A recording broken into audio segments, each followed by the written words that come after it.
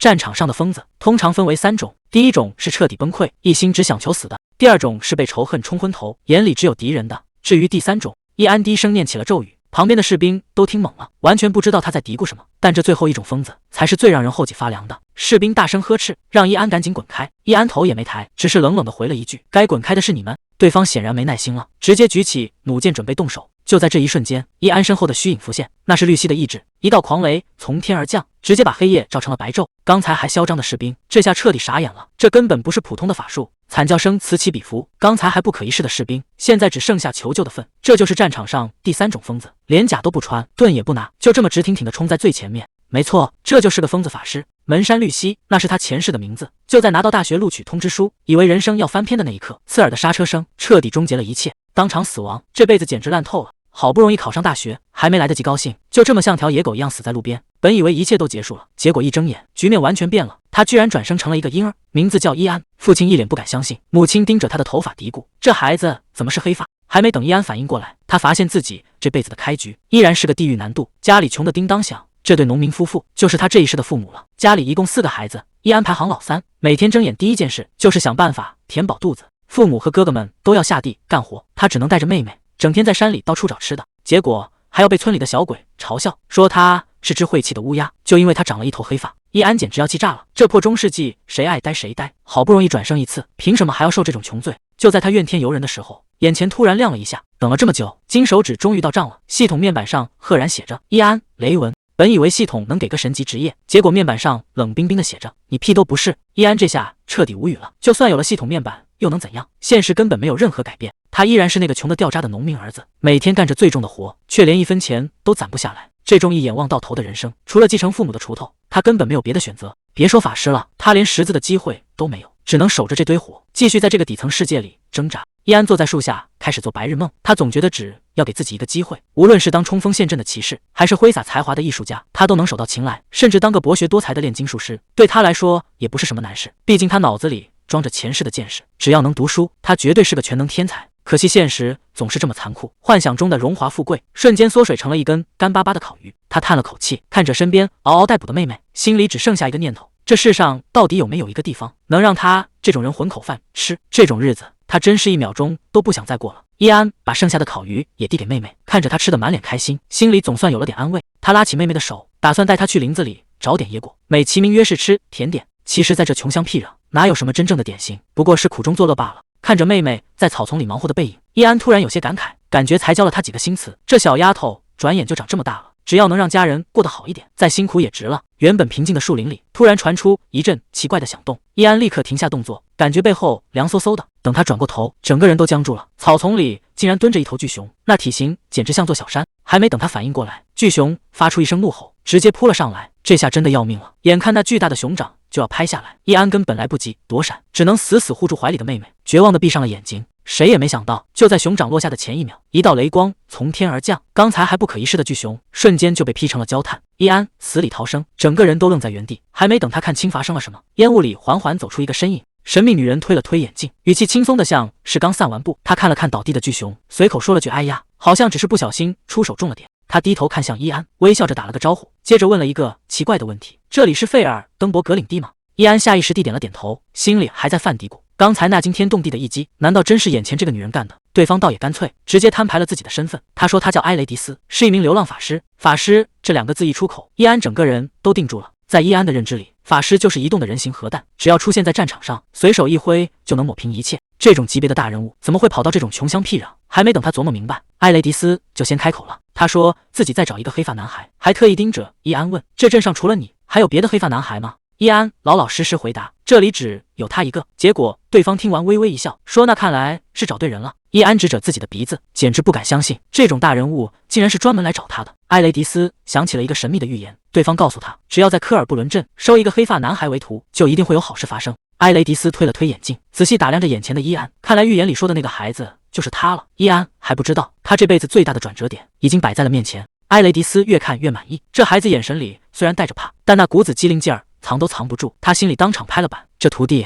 我收定了。原本紧绷的气氛被他一阵爽朗的大笑给冲散了，他开始旁若无人的吐槽起同行，完全没了刚才那种高冷范儿。伊安在旁边看得一愣一愣的，他听过不少关于法师的传闻，说他们全是些脾气古怪的疯子。可眼前这位大姐姐看起来不仅没架子，甚至还有点平易近人。刚才那一幕在易安脑子里根本挥之不去，那么大一头巨熊竟然被一招秒杀，连渣都没剩下。他终于忍不住打开了话匣子，凑过去问埃雷迪斯，刚才那一招到底是怎么回事？原本以为魔法是种可怕的力量，可亲眼见过之后，易安只觉得这简直太神了。埃雷迪斯一眼就看穿了他的心思，笑着说，你是不是对魔法感兴趣？还没等易安反应过来，他又轻描淡写的补了一句，这没什么难的，只要你肯学，以后也能像我一样轻松。这一句话直接让易安的心跳到了嗓子眼。埃雷迪斯的一句话直接打破了易安的认知，他说只要想学，任何人都能掌握魔法。易安反复念叨着这几个字，心里那个埋藏已久的念头终于按捺不住了，他小心翼翼地问，像他这样的人是不是也能拥有这种力量？埃雷迪斯笑着拍了拍他的头，给出了肯定的回答，只要跟对了老师，这事儿根本不在话下。紧接着他正式向易安发出了邀请，问他愿不愿意跟着自己成为一名真正的法师学徒。看着眼前伸过来的那只手，易安彻底愣住了，他知道只要点点头，自己的人生就将彻底翻篇。如果拒绝了，他只能像祖辈那样一辈子守着农田修地球，而现在另一条通往未知的路就在眼前。他没有犹豫太久，直接给出了肯定的答复，并用力握住了那只改变命运的手。埃雷迪斯笑着回应，表示很期待接下来的合作。这一趟出门可就真的没有回头路了，毕竟为了这一天，他好不容易才得到父母还有领主大人的许可。既然契约已经达成，那这本沉甸甸的魔法书就是他踏入新世界的第一步。导师埃雷迪斯叮嘱伊安，魔法的基础就在这里，必须全力以赴。伊安已经做好了准备，这场关于魔法的修行正式拉开序幕。从最基础的咒语开始，书本越堆越高，进度条也在疯狂跳动。谁也没想到，伊安竟然真的彻底掌握了大魔法师的专属语言。当他再次合上书本，时间已经悄悄过去了7年。埃雷迪斯宣布室内课程正式结束。伊安本以为接下来的实操课会按部就班，可还没等他反应过来，所谓的下一步竟然是直接从万米高空自由落体。这进度确实跳得有点太快了。伊安在风中拼命大喊，这哪是训练，这分明是要命啊！伊安这下彻底崩溃了，学了整整6年的理论知识，在万米高空根本派不上用场。埃雷迪斯却在下面不紧不慢地喊话，让他别光顾着叫唤，仔细听听风里的声音。就在伊安以为自己死定了的时候，耳边突然传来了密密麻麻的低语，这些声音竟然在讨论他，难道这才是魔法真正的门槛？就在这生死一瞬，伊安终于听懂了风的语言，全新的技能瞬间觉醒，他竟然直接掌控了大气魔法。本以为这下总算帅了一把，结果刚落地就被埃雷迪斯无情嘲笑，说他刚才那副样子简直滑稽透了。不过玩笑归玩笑，伊安终于明白了魔法的真相，不是去征服，而是去沟通和借用大自然的力量。刚领悟了风的奥秘，伊安还没来得及高兴太久，埃雷迪斯的第2课就紧接着砸了过来。既然已经能听见风的低语，那接下来就该去听听水里的动静了。伊安本以为这事而手到擒来，谁知道刚一入水就遭到了水底灵体的嫌弃，对方嫌他把水弄脏了，正骂骂咧咧的赶他走呢。看来这届水里的邻居脾气可不太好惹。埃雷迪斯的魔鬼特训根本停不下来，刚从水里爬出来，冰系魔法的考验就无缝衔接了。伊安在冰天雪地里冻得够呛，却被埃雷迪斯夸奖进步神速，可他现在连回话的力气都没了。本以为这下总该休息了吧，谁知埃雷迪斯反手又是一个响指，冰霜还没化干净，漫天大火就直接贴脸开大。火堆里的灵体已经开始围观这个倒霉的人类了，他们正商量着要不要直接把伊安给烧了，吓得伊安扯着嗓子拼命求救，好不容易从火海里死里逃生，他马不停蹄地钻进地底，准备迎接最后一项土系特训。可这一关显然没那么简单，神秘的低语在他耳边绕来绕去，讲了一堆深奥的大地真理，结果伊安听得满头问号，感觉像是在听什么外星语言。看来这位全系天才终于要在土系魔法上栽跟头了，连埃雷迪斯都开始怀疑他是不是真的缺了点土系天赋。埃雷迪斯觉得伊安的天赋到头了，建议他去别处多练练，可谁能想到这小子居然随身带着系统外挂，既然听不懂那些深奥的真理，那就干脆暴力破关。伊安直接换出技能面板，把点数全砸在了土系魔法上，这下世界瞬间清静了，原本听不懂的胡言乱语一下子变成了清晰的贴脸警告。大地之灵正提醒他小心脚下，原来这地底深处全是滚烫的岩浆，只要稍微有点震动，立马就能把它喷成灰。这土系魔法的入门课可真是够刺激的。既然已经听到了大地的声音，伊安拍拍屁股准备收工回家，好去跟导师显摆一下自己的进度。洞里黑灯瞎火的，实在难走，他随手点燃火把想要照个亮，谁知这火光刚冒出来，黑暗深处就传来一声惨叫，那东西一边骂一边往后躲，显然是怕极了这丁点亮光。伊安还以为又是大地之灵在闹腾，试探着问了一句是谁，结果黑暗中亮起2只眼睛，那个声音冷冰冰的回答，我不是什么大地，我就是黑暗本身。洞穴外的埃雷迪斯正愁着怎么交差，甚至都开始考虑要不要去参加火系魔法大会混个脸熟。结果伊安一溜烟冲了出来，他兴奋地大喊着自己成功了，不仅搞定了土系魔法，还顺带从那个黑暗身上白嫖了一套黑暗魔法回来。这话一出，刚才还淡定的埃雷迪斯彻底坐不住了。他推了推眼镜，满脸写着不敢置信。要知道那个所谓的黑暗，在传说中可是出了名的胆小害羞，平时连个面都不露，怎么可能随随便便教人魔法？易安这小子怕是根本不知道自己到底带出了一个什么样的怪物。看着埃雷迪斯半天没说话，易安还以为他身体不舒服，赶紧上前关心了几句，可等来的却是一句严肃的逐客令。埃雷迪斯平静地告诉他，特训已经结束，现在是时候下山了。易安还没反应过来，兴冲冲地问接下来去哪，结果埃雷迪斯直接泼了一盆冷水。他说下山不是一起走，而是要在这里各奔东西，接下来的路易安得一个人去闯了。他指着远方的克罗诺利克，让伊安去参加时空法师大会。埃雷迪斯这简直是赶鸭子上架，还没等伊安反应过来，就让他去碰碰运气，看能不能学会传说中的时空魔法。伊安听得一头雾水，这种顶级外挂是说学就能学的吗？可埃雷迪斯却对他信心十足，甚至还亲昵地拍了拍他的肩膀。其实埃雷迪斯心里早就打好了算盘，他看准了伊安天生就招魔法，喜欢，只要这小子的直觉够灵敏，掌握时间的力量只是早晚的事。交代完这一切，埃雷迪斯潇洒地挥了挥手，定下了那个著名的3年之约，约定在多瓦尔德再次碰头。看着埃雷迪斯远去的背影，伊安知道属于他的传奇冒险现在才算真正拉开序幕。伊安已经来到了热闹的集市，耳边全是商贩们此起彼伏的叫卖声，可他的心思显然还没从刚才的离别中缓过劲来。他一边走一边琢磨，导师这人真是半点不按套路出牌，突然就把他一个人扔下，还塞给他一个听都没听过的大会。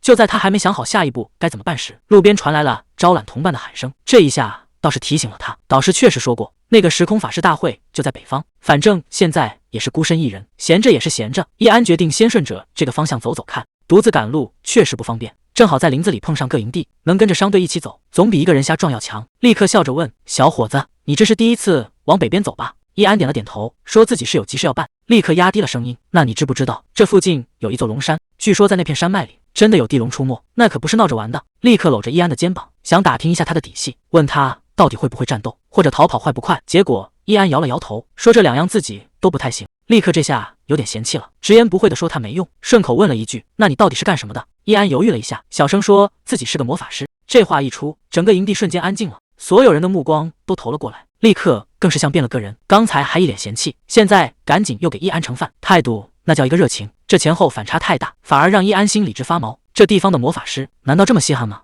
叶安坐在火堆旁，心里纳闷这帮人到底怎么回事。本以为亮出身份能换来尊重，结果这帮佣兵根本不买账，反而笑得前仰后合，觉得这弱不禁风的小子在吹牛。就在这时，一个披着斗篷的少女走了过来，坐在他身边低声提醒凯茜说，如果你真的是个魔法师，最好现在就给他们点颜色看看。这帮佣兵只看强弱，你表现得越软弱，他们就越会把你踩在脚底下，只有展现出绝对的力量，彻底震慑住这帮家伙，他们才会心甘情愿的卖命保护你。凯茜的话确实有道理，但伊安平时脾气好惯了，一时间还真不知道该怎么给这帮人点颜色看看。可就在这时，对面的佣兵变本加厉，竟然当着他的面直接往他碗里吐了一口痰。伊安盯着那只碗半天没说话，紧接着整个地面开始剧烈晃动，佣兵还没反应过来，以为是地震了，吓得坐在地上动弹不得。伊安缓缓站起身，阴影直接笼罩了过去，他冷冷地问了一句，你为什么要往我碗里吐痰？刚才还嚣张跋扈的佣兵这下直接吓破了胆，扑通一声跪在地上求饶，说自己只是想帮魔法师大人把碗给擦得更亮一点。伊安气得大喊，想擦碗你倒是用水啊。结果这佣兵居然理直气壮说，这野外的河水全是寄生虫，脏的根本没法用，在他眼里自己的口水反而比河水更干净，这逻辑简直让人没法接。伊安站在原地彻底无语，满腔怒火瞬间被这奇葩理由给堵得死死的。伊安的三观彻底崩了，他怎么也没想到这帮人的卫生习惯竟然能野蛮到这种地步。既然讲道理没用，那就只能用魔法来沟通了。随着一阵低沉的咒语，原本微弱的火堆瞬间炸裂成冲天的火柱，把周围的佣兵吓得魂飞魄散。叶安黑着脸下达了死命令，让他们立刻去打水，把身上和碗筷全都洗干净。这帮佣兵哪见过这阵仗，虽然搞不懂魔法师为什么发火，但看着那要吃人的眼神，只能连滚带爬的跑去干活。看来在这个时代，想让他们讲卫生，比让他们去屠龙还要难。深夜的树林里，佣兵正搜寻着凯茜的身影，这帮家伙甚至已经开始幻想，找到人之后要怎么独占功劳。就在这时，走在最前面的佣兵停下了脚步，指着不远处的黑影，兴奋地喊着找到了。这帮佣兵还没反应过来，就发现自己追踪的目标凯茜已经落到了一个蒙面男人手里。蒙面男人根本没打算废话，在对方还没看清他长相的时候，就已经瞬间放倒了一个。同伴的倒地让这群佣兵彻底炸了毛，他们一边叫嚣着要报仇，一边挥舞着武器一拥而上。但在蒙面男人眼里，这帮人不过是些上不了台面的杂鱼。凯茜突然清醒过来，一口咬在蒙面男人肩膀上。林子里的追逐战已经进入白热化，凯茜在树林里飞奔，身后的蒙面男人像疯了一样死命追赶，叫嚣着绝不能让目标跑掉。而此时，在不远处的营帐里，伊安正睡得迷迷糊糊，嘴里还嘟囔着白天那场恶心的口水风波，显然还没从心理阴影里走出来。可就在这时，一阵诡异的低语在他耳边响起，那是森林里的灵体在向他示警，提醒他有大批人类正在靠近。伊安猛地坐起身来，原本平静的夜晚已经被彻底打破，危险的气息已经逼到了家门口。这股气息明显不对劲，还没等伊安反应过来，门就被一把推开，立刻急得大喊：“法师大人，出大事了！”警报声瞬间传遍整个营地，看来对方是有备而来，根本没打算留活口。既然躲不掉，那就只能正面硬刚了。这群人简直就是疯子，根本不在乎人命，叫嚣着要把所有人杀光。他们的目标只有一个，就是把那个女人找出来。场面已经彻底失控了。躲在树后的凯茜现在连大气都不敢喘，心里只剩下一个念头：绝对不能被发现。可怕什么来什么，冰冷的剑刃已经架在了脖子上。这家伙笑得让人发毛。他冷冷地说：“原来你躲在这里，再不站起来，这双手就别想要了。”这下是真的完蛋了。就在这节骨眼上，这家伙竟然真的要下死手，眼看剑就要劈下来了。谁能想到，一道强光直接炸开，刚才还嚣张的蒙面男人瞬间就被轰飞了出去。这救场简直帅炸了！凯茜还没反应过来，伊安已经走到了面前。他低声说：“现在安全了，赶紧跟我走。”虽然暂时脱离了危险，但凯茜显然还没缓过神来，一句话也说不出口。大家伙已经全部集结完毕，就等法师大人发话了，能不能逃出去，全看这一波操作。伊安低声念出咒语，既然对方紧追不舍，那就让他们彻底变成瞎子。这招大范围魔法太绝了，原本漆黑的森林瞬间被更诡异的黑暗吞没。这群士兵当场就懵了，一个个像无头苍蝇一样乱撞，什么都看不见，只能拼命点起火把。趁着对面乱成一锅粥，伊安带着大家伙赶紧撤离，只要能一直往前走，就能彻底甩掉这帮麻烦。为了保险起见，他直接开启了暗视外挂，哪怕在伸手不见五指的林子里看东西，也跟白天没区别。可还没等大家松口气，后面突然传来了喊声：“坏了，有人被盯上了！”立刻的运气实在太差，直接被追兵撞上。士兵冷笑着问：“你还想往哪跑？”眼看立刻就要没命，伊安直接开大，火光瞬间吞没了追兵。这家伙哪见过这阵仗，当场就被烧得满地找牙，连手里的火把都扔了。本以为露着一手能把这群怂包彻底吓跑，好给撤退争取点时间，可谁能想到这下反而捅了马蜂窝。对方一听有法师，不仅没退，反而更疯了。蒙面男人大喊一声：“所有人跟我冲，先解决那个法师！”蒙面男人刚要拼命，突然感觉背后一阵发凉，好像有什么东西盯上他了。真正的噩梦降临了，一只巨大的地龙破土而出，张开血盆大口，直接开餐。刚才还气势汹汹的蒙面男人，转眼就成了怪物的典型。林子里全是惨叫声，场面瞬间失控。这下谁都顾不上打架了，所有人都在往后退。这半路杀出来的程咬金，简直是要把大家一锅端。伊安也看傻了，这种地方怎么会出现地龙？这怪物的个头比刚才那帮追兵恐怖100倍，看来今晚谁也别想轻易离开。这怪物根本不挑食，刚才还嚣张的追兵，转眼就成了他嘴里的零食，直接被生吞活剥。躲在后面的这帮人哪见过这种血腥场面，一个个吓得连话都说不利索，只能指着怪物直打哆嗦。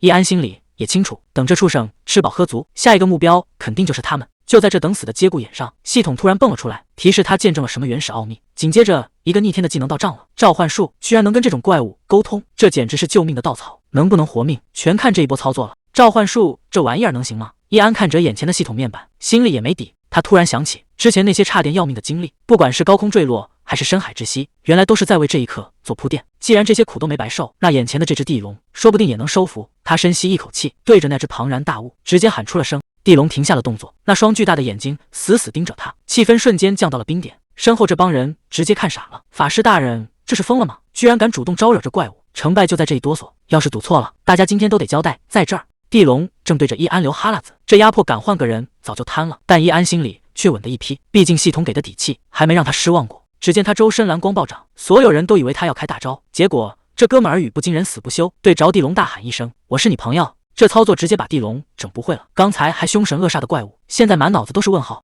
身后这帮人下巴都快掉地上了，这哪是法师大人，这简直是大型认亲现场。还没完，伊安居然还掏出了个牌子，像教训小学生一样，告诉地龙不许欺负人。地龙盯着他看了半天，估计这辈子也没见过胆子这么肥的人类。身后这帮人还在瞎琢磨，以为法师大人在跟怪物深度交流，立刻赶紧让人闭嘴，生怕打扰了这神圣的时刻。其实伊安心里慌得不行，刚才那波操作全是硬装的。这地龙哼唧半天，他是一个字也没听懂，眼看就要穿帮，他只能把压箱底的点数全拿出来，直接梭哈全砸在召唤术上。随着系统一阵金光闪过，听力外挂正式到账，原本刺耳的怪叫现在终于变成了能听懂的人话。伊安定下神来，看着眼前这个庞然大物，试探性的问了一句：“地龙先生，能聊聊吗？这局面能不能稳住，就看这怪物给不给面子了。”地龙显然没什么耐心，张开血盆大口，让他有话快说。伊安淡定的很，一开口就是顶级拉扯，说自己根本没打算动手，毕竟在地龙先生面前，人类弱的就像蚂蚁一样。这波马屁拍得震天响。地龙听完冷哼一声，虽然嘴上说着荒谬，但那股杀气明显弱了不少。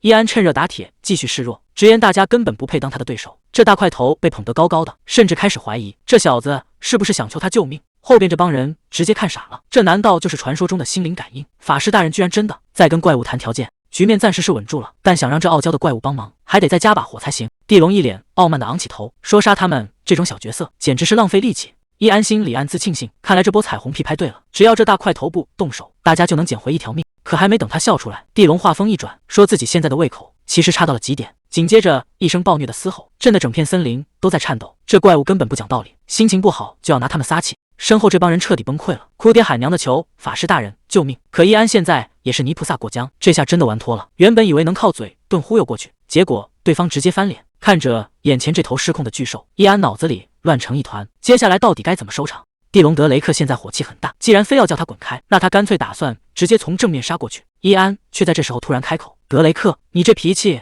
怎么还是这么臭？”德雷克冷哼一声：“这种视频什么要告诉一个人类？”易安倒是一点都不虚，直截了当的说：“也许我能帮上什么忙呢？”德雷克觉得这简直是笑话，区一个人类到底哪来的底气说这种话？可就在这时，易安嘴里吐出一个奇怪的词，气氛瞬间就变了。周围的人早就吓破了胆，可德雷克却突然停了下来，他似乎察觉到了什么。看着眼前这个散发着微光的人类，德雷克低声嘟囔了一句：“有点意思。”易安不卑不亢的自我介绍：“我只是个追求世界奥秘的法师，所以德雷克，我真的觉得我能帮到你。”面对这个胆大包天的提议，德雷克陷入了沉默，谁也不知道这头巨龙在想什么。很好，从现在开始，谈判正式开始。德雷克周身的杀气竟然消失了，谁也没想到这个人类真的能让巨龙冷静下来。易安总算松了一口气，最危险的时刻已经过去，危机暂时解除了，但这只是个开始，接下来才是真正展现本事的时候。活下去肯定没问题，但绝不能被德雷克牵着鼻子走，得想个办法反客为主。易安突然想起导师曾说过，魔法的本质其实是与未知的神秘进行沟通，这种关系非常微妙，他们像朋友，有时也像必须服从的部下。每一个神秘力量都有自己的脾气，法师要做的就是理解并感化他们。易安嘴角微微上扬，既然魔法是生存的艺术，那这头巨龙也该被他彻底拿捏了。既然要反客为主，那就要动用压箱底的手段了。易安直接唤出了万能系统，终于找到了这本关于如何搞定召唤兽的秘籍，简直就是现在的救命稻草。可仔细一看，上面的内容却让人大跌眼镜。第一步竟然是给对方整点好酒，而且体型越大的家伙，酒劲儿就要越猛。这哪是魔法，这分明是人情世故。易安赶紧往下翻，想看看还有什么杀手锏。结果第二条更离谱，那就是别管3721，对着他们疯狂拍马屁就行。这系统真的靠谱吗？看到系统的建议，易安整个人都傻了，这对他这种社恐来说，简直比杀了他还难受。德雷克一脸疑惑地看着他，完全搞不懂这个人类为什么突然趴在地上。不行，为了活命必须得豁出去，只要能先抓住这头龙的心，接下来的事情就好办了。易安深吸一口气，试探着问德雷克能不能送他一份精心准备的礼物。没想到德雷克还挺好说话，直接让他把东西拿出来。看来这第一步算是歪打正着的成功了。易安突然叫住立刻，让他赶紧去马车里把最烈的酒全都拿出来，动作一定要快。没一会功夫，整箱的好酒就摆在了面前，这可是他们压箱底的宝贝。结果德雷克凑近一看，一脸嫌弃地说：“这礼物送的也太小气了，塞牙缝都不够。”易安脸不红心不跳的忽悠道：“在人类世界，越是高级货分量就越少，这叫物以稀为贵。”虽然嘴上这么说，但他心里早就开始抓狂了。这头龙怎么这么难伺候？有的喝就不错了，居然还嫌少。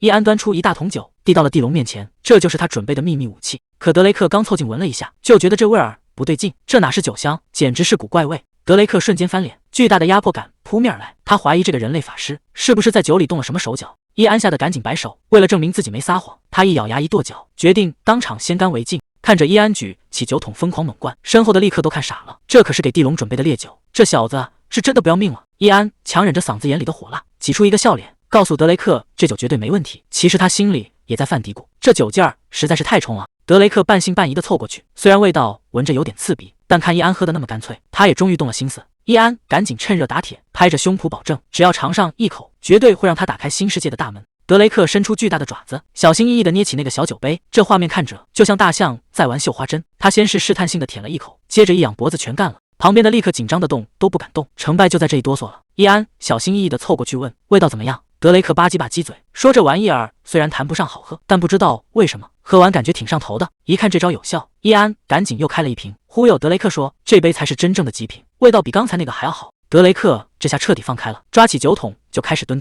他从来没喝过这种叫酒精的东西，只觉得越喝越带劲，甚至直接喊出“我喜欢”。看着这头巨龙喝得满脸通红，伊安总算是松了一口气。他一边擦着头上的冷汗，一边庆幸自己这条小命总算是保住了。谁能想到这头龙喝了整整7大桶，居然连一点要倒的意思都没有。伊安看着满地的空桶，只能感叹这家伙真是个海量。原本伊安还打算等他喝醉了就赶紧溜之大吉，结果现在倒好，车里的酒全被喝光了，德雷克反而越喝越精神。就在伊安一筹莫展的时候，德雷克突然放下了酒桶，主动提起了之前那个话题，他要解释一下自己为什么心情这么差。看着德雷克那副忧郁的样子，伊安整个人都懵了。刚才还豪饮狂笑的巨龙，怎么突然就开始走感性路线了？这酒后吐真言的戏码，让局面变得更加难以捉摸。这头巨龙的心里到底藏着什么不为人知的秘密？德雷克叹了口气，说起自己以前住的地方又挤又破，位置还特别偏僻，简直就是龙族里的贫民窟。可即便条件这么差，当时的女朋友却一点都不嫌弃，还一直夸那里很温馨。伊安听得整个人都傻了，心想就长成这副德行，居然还能找到女朋友。可好景不长，因为德雷克长得实在太寒碜，周围的龙都开始嘲笑那个女孩，说她眼光太差，竟然找了这么个对象。德雷克越想越觉得委屈，他觉得是自己耽误了人家，为了不让女孩继续受辱，他竟然忍痛提出了分手。说到伤心处，德雷克忍不住仰天长啸，那动静简直惊天动地，把正在睡觉的利克直接吓得一激灵坐了起来。谁能想到这头不可一世的巨龙心里竟然还住着一个被情所伤的纯爱战神。德雷克这一嗓子嚎出来，立刻他们几个差点当场交代了，一个个被震得魂儿都飞了。这巨龙的悲鸣杀伤力实在是太惊人。伊安在旁边看着，觉得这头龙虽然长得凶，但对感情这块跟人类其实也没啥区别，甚至还透着那么点可怜。就在这时，伊安脑子里突然冒出个主意，他大声叫住德雷克，说自己有办法能帮他把那个破烂的巢穴修好。德雷克一听这话，整头龙都愣住了，他简直不敢相信自己的耳朵，这个渺小的人类居然要帮他修房子。帮忙归帮忙，但伊安可没打算白干活，他话锋一转，直接跟德雷克谈起了条件。既然要帮巨龙改造巢穴，那作为交换，德雷克必须答应他一个要求。谁能想到，立刻这家伙居然在这种地方做着美梦不肯醒。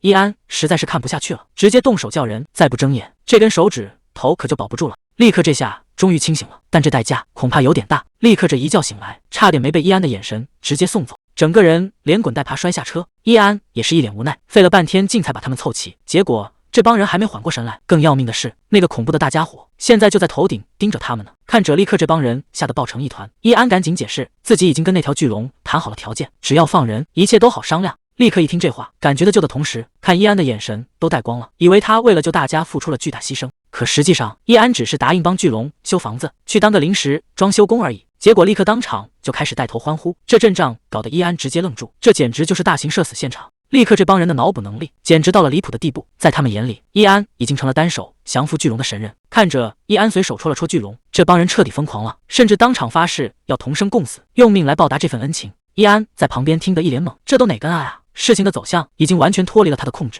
伊安临走前千叮咛万嘱咐，让他们原地待命。立刻倒是拍着胸脯保证，绝对跟魔法师大人一条心。可这保证还没过3秒，趁着立刻忙着清点人数，队伍里那个一直没说话的凯茜眼神突然变得不对劲，他趁着没人注意，一个转身就钻进了树林深处，谁也不知道他到底想干什么。这支队伍的麻烦恐怕还没完。德雷克把伊安带到了自己的老窝，结果这破山洞实在太寒碜，伊安只是随便感叹了一句，德雷克居然当场急了，生怕这位装修工反悔跑路。伊安赶紧摆手解释，自己只是在观察地形，其实他现在已经累得够呛，体力槽都快见底了。为了能早点收工睡觉，伊安盯着那些乱七八糟的岩石，心里已经有了初步的装修方案。只要把这些突出的石头铲平，这破洞穴好歹能像个样了。伊安本想找大地之灵帮个忙，结果刚开口就结结实实吃了个闭门羹。对方不仅没心情听他说话，还嫌他是个麻烦精，这下真是热脸贴了冷屁股。伊安只能灰溜溜的走回来，跟德雷克交代实情。看来这大地之灵的脾气比想象中还要臭，就算下次再来，估计也少不了一顿臭骂。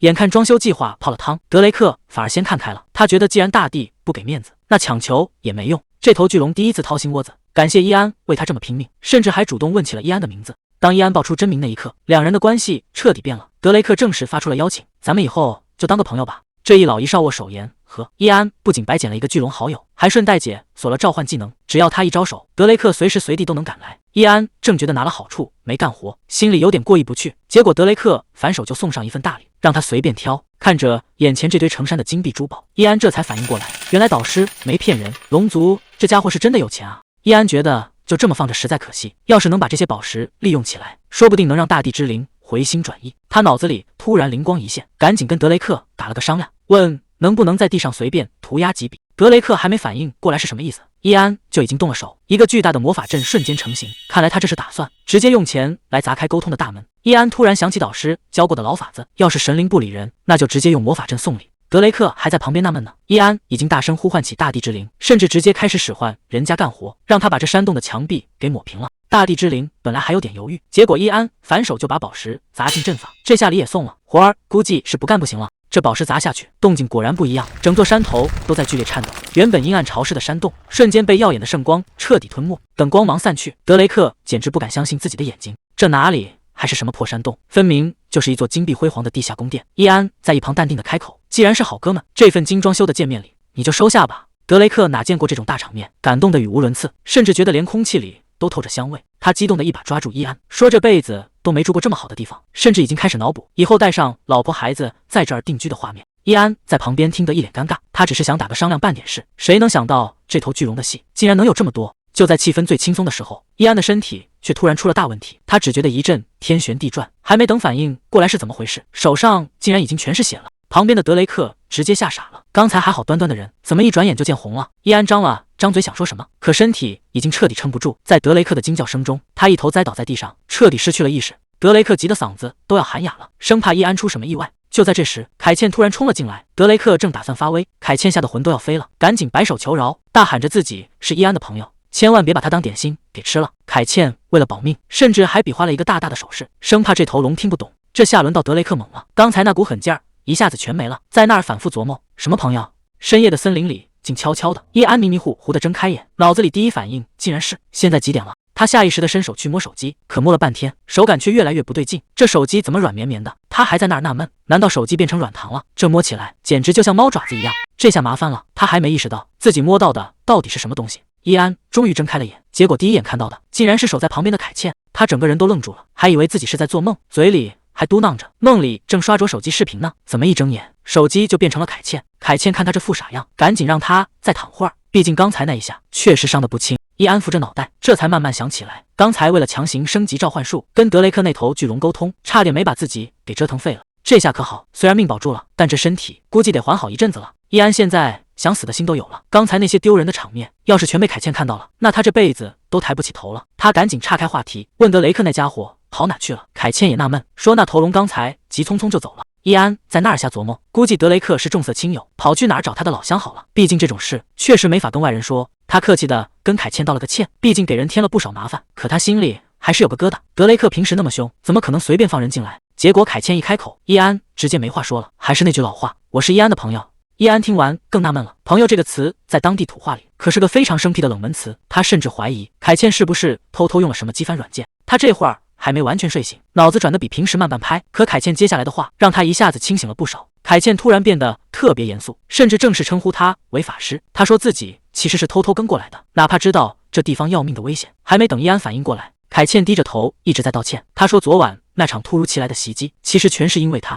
伊安看他这副样子，心里也直犯嘀咕，难怪他刚才怕成那样，原来是心里揣着事儿呢。为了缓和这尴尬的气氛，伊安故意开了个玩笑，问他是不是跟强盗一伙的，现在打算把他全身上下搜刮干净。凯茜一听这话直接炸毛了，大声反驳说自己哪点像强盗。两人这么一闹，刚才那股压抑劲儿总算散了不少。可还没等伊安松口气，凯茜的神色突然变得极其严肃。他说这其实是一个秘密，他根本不叫凯茜。伊安脑子里已经开始跑马灯了，心想这姑娘该不会要说自己是哪国落难的公主吧？结果人家一开口，直接甩出了一个硬核身份，她不叫凯茜，真名其实叫露西，是正儿八经的贵族大小姐。昨晚那帮要命的强盗根本不是为了劫财，而是她未婚夫派来绑架她的。伊安听得一愣一愣的，心想这难道是小两口闹别扭？结果露西一眼就看穿了他的心思，让他赶紧收起那些乱七八糟的想法。露西原本打算一个人逃得远远的，好让那个未婚夫永远找不到她。可经过昨晚那场死里逃生，她心里那点自信彻底崩了。她心里很清楚，光靠自己一个人根本没法从这场追杀里活下来。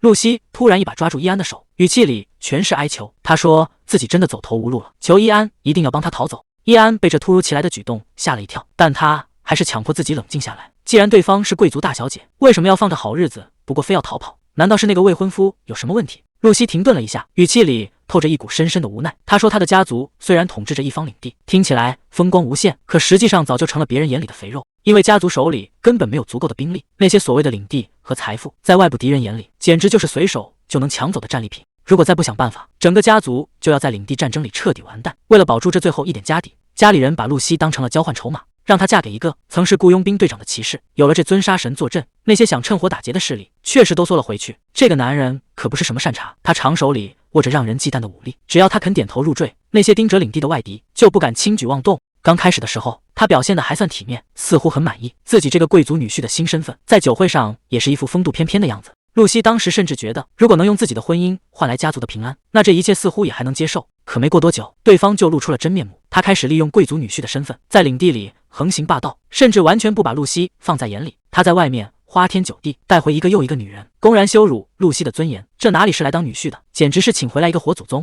露西的父母终于看清了，这个男人就是个彻头彻尾的混蛋，他们忍无可忍，拿着婚约书要求解除这段关系，想把这个祸害赶出家门。可谁也没想到，对方早就盯上了整个家族的权势，根本没打算离开，反而做了一件丧心病狂的事，他竟然亲手毒死了露西的父母，彻底霸占了原本属于他们的一切。伊安听得整个人都愣住了，他忍不住骂了一句，这简直就是个彻头彻尾的畜生，为了上位，连最基本的底线都不要了。露西低着头继续说，那人虽然武力值很高，但他骨子里终究只是个平民，如果没有这层婚约，他根本没资格继承家族的任何财产，所以对他来说，露西不是妻子，而是他通往权力巅峰的唯一通行证。只要露西还没死，他就必须把这门亲事做实。这就是为什么露西宁愿冒死，也要在仆人的帮助下逃出来，因为只要他还在对方手里，整个家族就会被这个疯子彻底吞掉。但他心里也很清楚，对方绝对不会轻易罢手，为了那份合法的继承权，那个男人一定会穷追不舍。露西看着伊安，声音里全是哀求，他希望伊安能帮他一把，让他彻底逃离这个鬼地方。伊安听完陷入了沉思，这事儿确实是个烫手山芋，一个弱女子想躲过职业佣兵的追捕，确实跟送死没什么区别。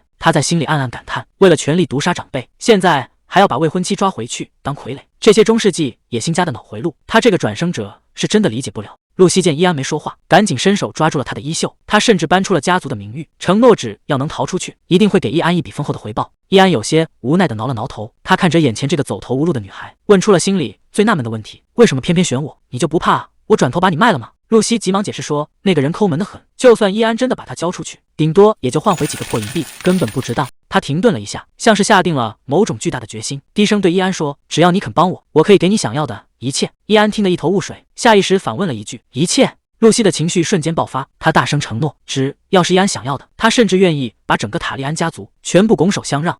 这简直是天上掉馅饼，只要点头，一个农夫的儿子就能翻身当贵族，甚至还能娶到眼前的女孩。但这真的是伊安想要的吗？一旦踏入权力的游戏，那个追求真理的魔法学徒可能就再也回不来了。伊安看着镜子里的自己，既然来到了这个奇幻世界，比起勾心斗角的政治，魔法的奥秘显然更有吸引力。伊安本来想拒绝，毕竟法师又不擅长近战，这种玩命的活儿最好还是去找个厉害的剑士。可话还没说完，对面的气氛就不太对了。伊安赶紧改口，既然对方愿意给钱，那至少能保他安全离开。本以为这桩买卖谈成了，结果话音刚落，眼前的露西突然崩溃。这下伊安彻底懵了，他只是想说愿意帮忙，怎么反而把人给惹哭了？他试探着伸出手，还没等想好怎么安慰，对方却一把死死抓住了他。这一声谢谢，听得伊安有些不知所措。紧接着，露西直接扑进了他的怀里。看来这回他是真的甩不掉这个麻烦了。谁能想到，在这深山老林里，居然还有个家伙在悠闲的度假。作为一只巨龙，德雷克这日子过得简直太滋润了，戴着墨镜躺在阳光下，甚至还想给自己晒个小麦色。看到伊安带着人找过来，他倒是显得一点都不意外，反而像见到了老朋友一样热情。看这架势，德雷克不仅没把外面的麻烦当回事，甚至还有心情开玩笑。